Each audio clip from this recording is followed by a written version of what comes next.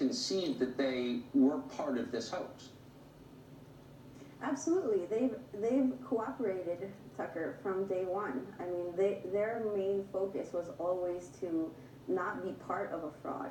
And you know, Tucker, if you look at the very little media that they've done and the releases that we've made, they've apologized for their role and they feel tremendously regretful for their participation in this.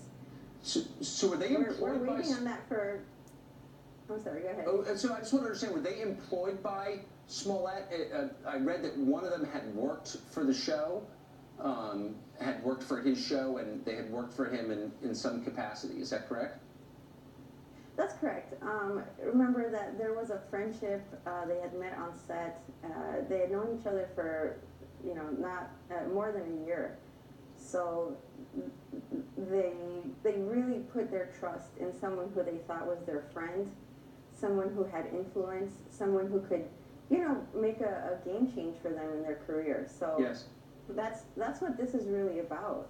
And we're seeing that in the news on various different fronts, people putting their trust in the wrong person and the worst of Hollywood. So they follow his lead. They take money from him in order to pull off this fake hoax. They get caught. So does Smollett. He blames them for it and lies about it and then beats all the charges. What do they make of that?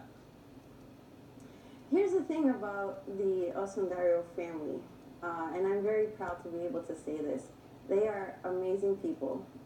It would have been very easy for them to stay lawyered up, for them to just say, we're not saying anything, we're not going to help the public heal, you know, we're just not. They wanted to make sure that they weren't part of that fraud, and so their value system really came out while they were in custody, and they went through a realization process that what Jussie wanted to do was tear people apart more, not bring them together. And one of the first statements we released, actually, we said that they were not homophobic, they were not racist, and that they were not anti-Trump. So what do they think the motive for this was?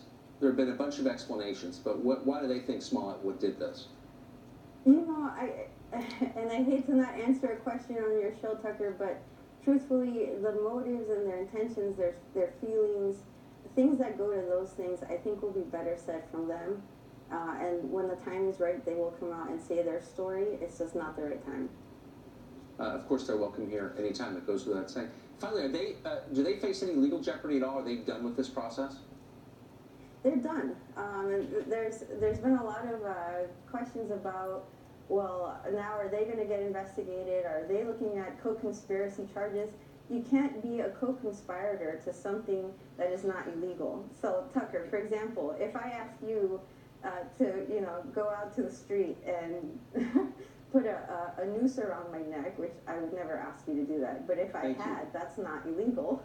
Right. That's just not illegal. But calling the police and saying that somebody did, that is illegal. My clients didn't do anything illegal. And they didn't wear whiteface to beat up their boss without his knowledge. So thanks for clarifying that. Thank you for laughing, because it's worth laughing at. Good to see you.